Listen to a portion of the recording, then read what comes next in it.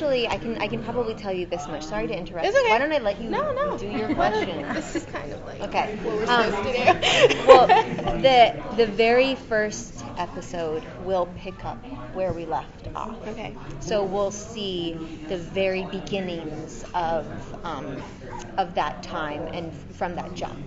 So, and then starting in episode 2, we'll see where things have progressed. So we're going to get kind of like flashbacks to what has... It won't be done in flashback form. I don't know how much I can give away, but no, we'll pick up right where we left off, and then we'll proceed forward from there.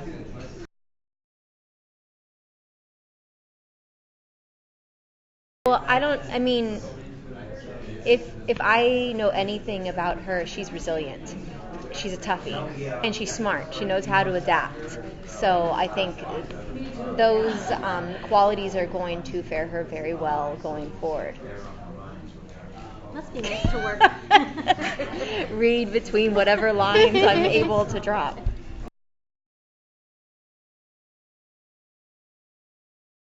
I haven't had the opportunity to work with the ladies just yet, but I'm really excited. The opportunities I had last season to work with them were so much fun. I mean, they're both very different, and we never had a scene all three of us together, but not even just them. Everyone I get to work with is great, and it sounds like an after-school special, but it's the truth. I love my co-stars. I'm very, very lucky.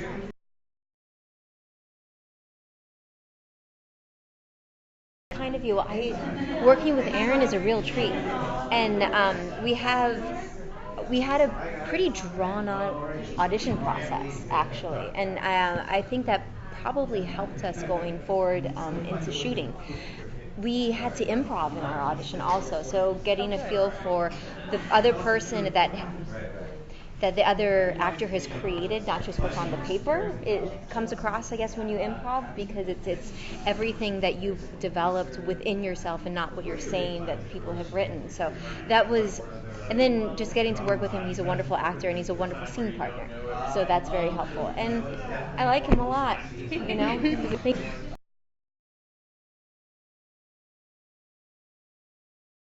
One episode of Grimm. That's literally the extent of my...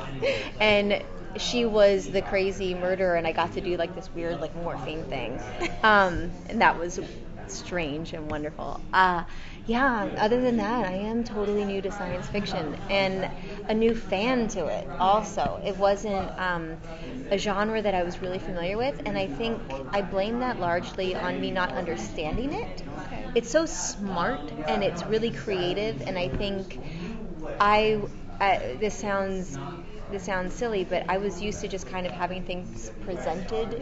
It is what it is, and not having to go down a journey with a character and rabbit hole. Yeah, exactly. Like Barbara said. And now Aaron teases me because whenever we get interviewed and they ask about our favorite shows, I'm always the first to jump up, and I'm a huge Game of Thrones junkie, and so I'm totally in on this now. But yeah, it was new. And to answer the second part of your question, I didn't really have to delve too seriously into the science fiction of it, because she was kind of the pragmatist of the first season. Yes, a man appears and disappears in front of her eyes, and if it's any indication of how unfamiliar I was when we were shooting that scene, the very first time he ever splintered in front of Cassie, they'd say it was so cold too. It was like negative something degrees. We were shooting in Detroit. It was the middle of the night. I had a dress on, no pantyhose, nothing else on. I was freezing. And we wanted to get the scene over and done with, but I was so unable to suspend my disbelief. When we're doing the scene, I'm talking to him, and they go, okay, now freeze. Aaron disappears. Aaron walks off camera. And I would every single time follow him with my eyes. And they were like, no, Amanda. He's splintering. He disappears. And I go, oh, yeah, got it. And I follow him, and they were like, oh my God, it is so cold. Get it together here.